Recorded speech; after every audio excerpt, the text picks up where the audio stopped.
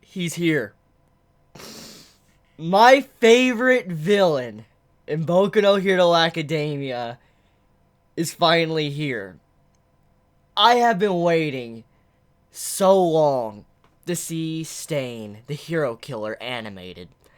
When I was reading the manga, I remember saying in my chapter reviews, I cannot wait to see this series get an anime. I can't wait to see Stain in anime form because of how awesome he is.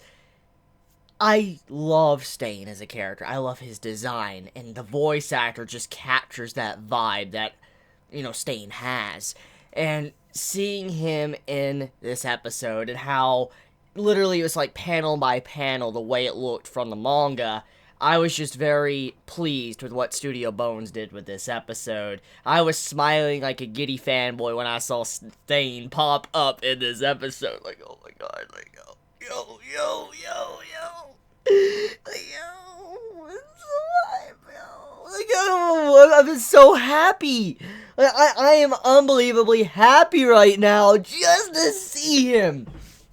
Oh my god, thank you so much, Studio Bones, for having great team working on this. A team that cares about Boku no Hero. You could just see the passion put into this series, and I know animators aren't treated properly, but I do hope that these animators that are working on Boku no Hero Academia do get treated properly and do get some rest, because they're putting in some tremendous work with this series. It just, this episode alone and last week's episode, just, oh my god, they're so good. And this right here, it's just like, as a fan of the manga that was waiting for the first season to finally air in the second season, I am just truly pleased, especially with this right here. The way they just introduced Stain into the series, they captured the tone of it, they captured it with the voice acting, the way the art animation was done. I was just truly happy with what I saw. So, I'm just gonna say right now, that, oh my god, the highlight of the episode for me definitely was just Stain appearing, but there is a lot of great moments throughout this episode, like a lot of moments that I cannot ignore and not talk about, because there's some things that really hint towards the future of this series. But before I get into that, though, I want to continue talking about Stain. So I just want to let you anime-onlys know and become very aware that basically, with Stain's introduction into the manga series, that's when we saw a massive tone shift. And I want to tell you anime-onlys that that's basically what you can expect. It's where the series goes from what it has been to something much darker with a bigger message behind the scenes. And I just want to say right now that everything that we have seen from the previous episodes of Boku no Hero Academia, or the chapters if you read it through the manga, it has been building up to this very point, to this tone shift. And so I'm just going to say right now, anime-onlys, prepare yourself. Prepare yourself for one of the best arcs of Boku no Hero, and by far the game changer of the entire series. Because once this arc is done, you will not view the world of Boku no Hero Academia the same ever again. That is how important this arc is, and how much of a shift it does from the beginning of this series. So, I'm just gonna let you know, to pre-warn you, that if you notice it gets a little bit darker, it's because of this. It's because of Stain's introduction. But, anyways, with that being said, let us talk about one of the crucial moments of this episode, which is All Might and Izuku's conversation, and what Recovery Girl said to them.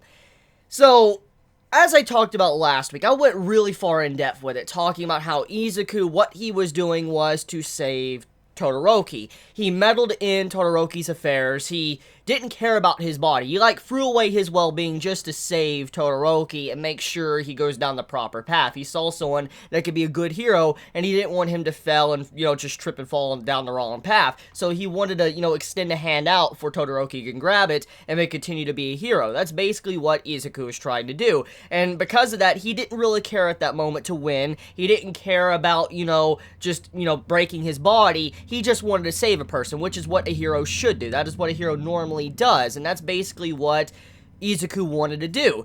And All Might, he understood this. He even understood why he did it. He was one of the only people throughout the entirety of the place that understood why Izuku did that in the first place, because since he's a hero, He has this mentality to where he wants to save people. That's basically how All Might was able to understand what he was doing. And everybody else thought Izuku was being really reckless, and he was being reckless, but still he was trying to save a person. And at the end of the day, we don't know if it was the right decision or the wrong decision. Regardless, though, Izuku stepped up and tried to help out. And because of that, it resulted in him getting injuries that could not fully heal. And that is kind of what this series opens up to the viewers, and also the manga readers when we read it for the first time. It lets us know that Izuku constantly breaking his bones, shattering his limbs, not being able to walk, not being able to move his hands, breaking his fingers repeatedly, is not something he can continuously do. Because if he continuously does this, his body will get to the point to where it will not be able to be repaired. And that's kind of what Recovery Girl was trying to say, that if you continue to do this, you know, you're going to be in a position where you can't be a hero, and you're going to be crippled, and you're not going to be able to do anything. And she's like, for now on, I'm not going to be able to heal these injuries. I'm not going to heal these injuries that you get that are this big. I just won't. And so Recovery Girl's like, I have a limit. I just can't heal everything. I mean, if you get even more injured than this, I probably couldn't heal it at all. So Izuku learned the cold, hard truth that he cannot continuously be reckless. If he continues to be reckless and harms his body, he'll automatically just not become a hero. He can't become a hero, because that's basically how All Might is right now. Think about All Might's position, how he has an injury, but he continues to do hero activities. That's basically after what happened to All Might. All Might, you know, pushing himself and all that, and basically after doing constant hero work and getting injured, that's led him to the point where he can no longer operate, which, if he continues going down this path, for instance, Izuku, he might wind up similar to how All Might is if he continues to be reckless, and that's kind of what Recovery Girl was trying to say, and that's kind of what has been going on with All Might and Izuku's relationship, and it kind of opens up to the viewer of how kind of messed up it is. See, at the end of the day, when you look at it, All Might is a guy that is a heroic individual, and honestly, I have nothing but praise for the dude. A really great character, great voice actor, great design, everything. Wonderful character. Honestly, he's one of those type of heroes that is just a shining beacon, and you can see why he's the symbol of peace. You can automatically see why,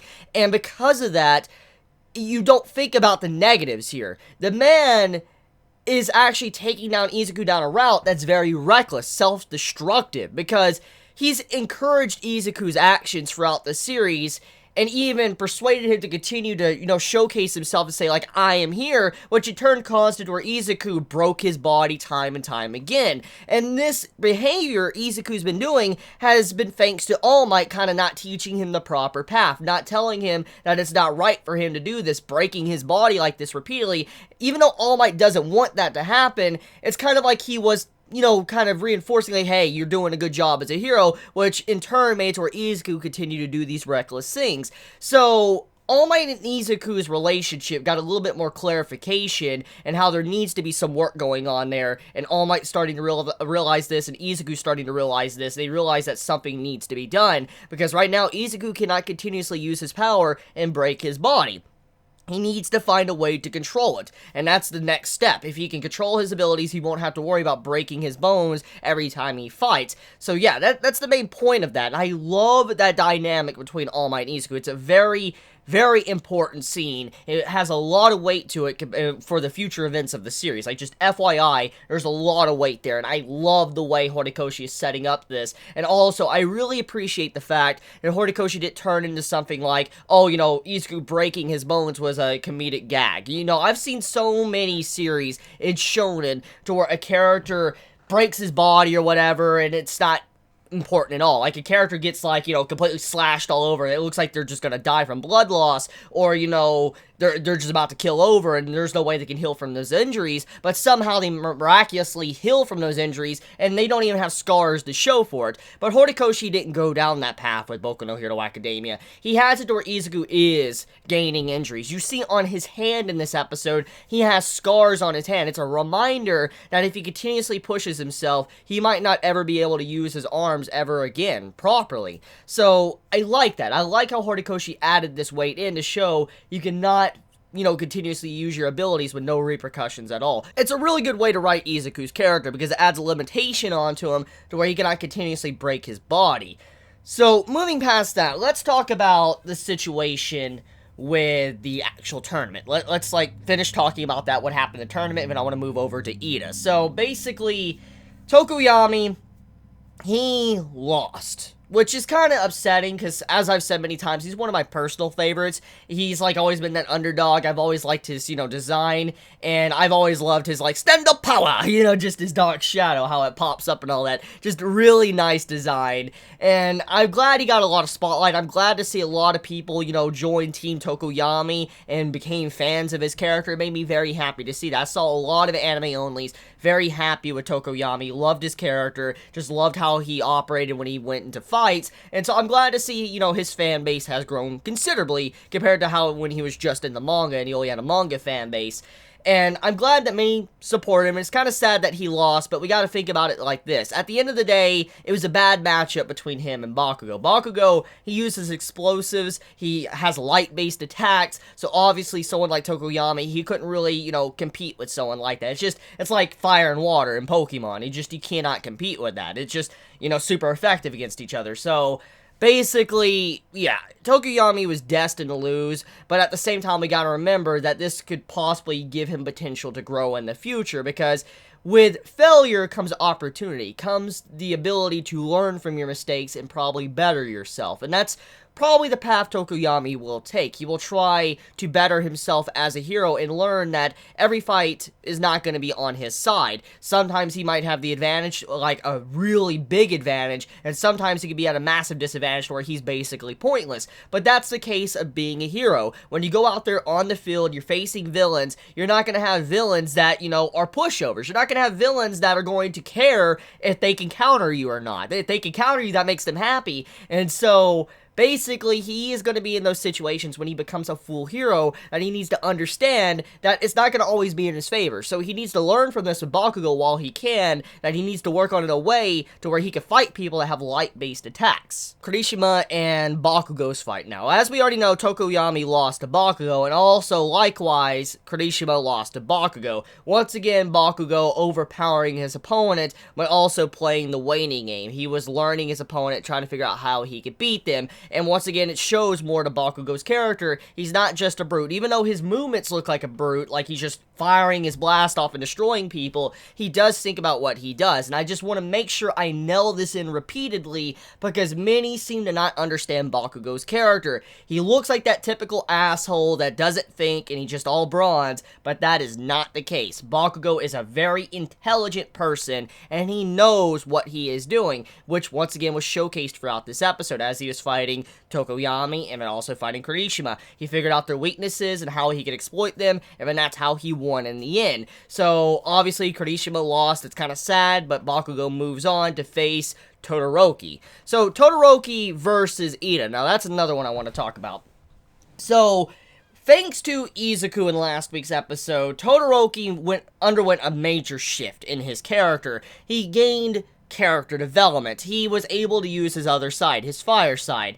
And with Ida and Todoroki's fights, you see that Todoroki doesn't use his fire side, which in turn could mean that he's still conflicted about his fight with Izuku and how he views his father, or he just didn't need to go that far with Ida. It could be one or the other, and it might be a bit of both. It's probably a bit of both. Regardless, though, Ida lost.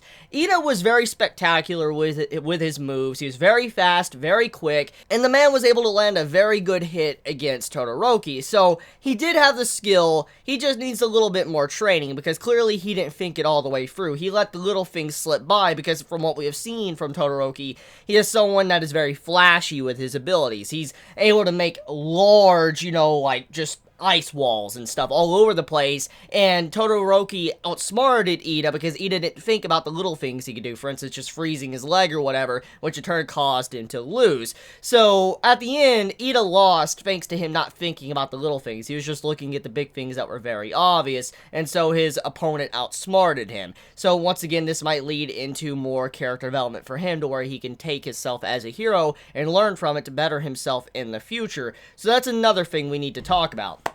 So, Todoroki, as I already briefly said, he went through a major shift.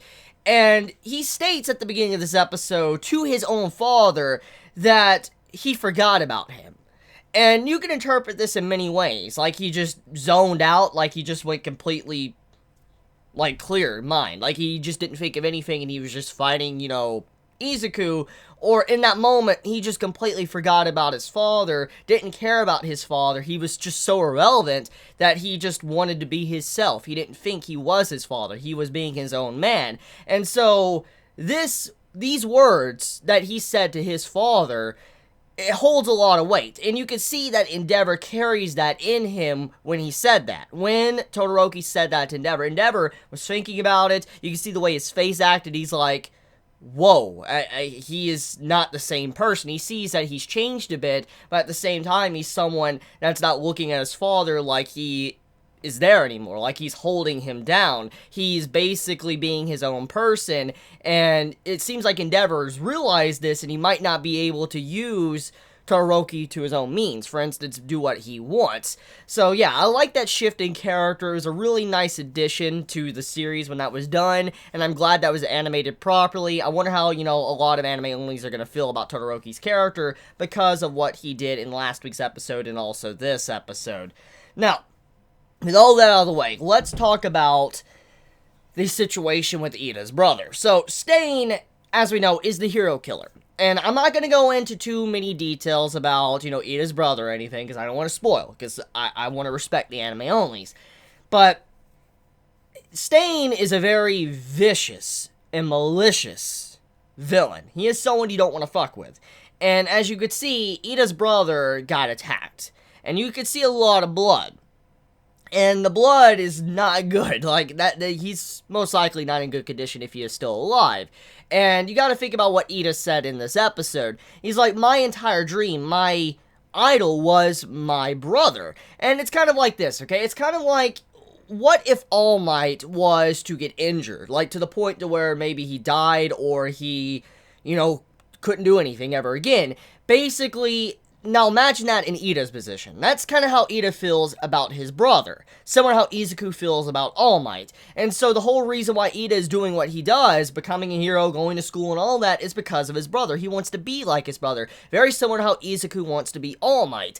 And because of that, you can see that this is going to hold a lot of weight to Ida's character. With hearing about his brother, that is his overall objective, his goal, being injured or killed, that is not good. That's going to really affect Ida, because the man is already suffering a loss. He just got crushed in the tournament, but then finding out that his brother is either dead or very, very injured is not going to be good for the man at all. And so this man is probably going to deal with a lot of issues, and most likely he's going to undergo through a lot of character development because of this. And so I just want to say right now that that's a very important moment for Ida's character, and very important for the future episodes for his character, because of how he feels about his brother. We even know in Season 1, if you remember Season 1, Ida mentioned his brother. Even the design of his suit and all that was from his brother. You can see the similarities in the hero costume. So, there's a lot of things that Ida took from his brother, and now that his brother is injured or dead, that's not good. That's not good at all. So yeah, that's about it when it comes to this episode of Boku no Hero Academia. It was a wonderful episode.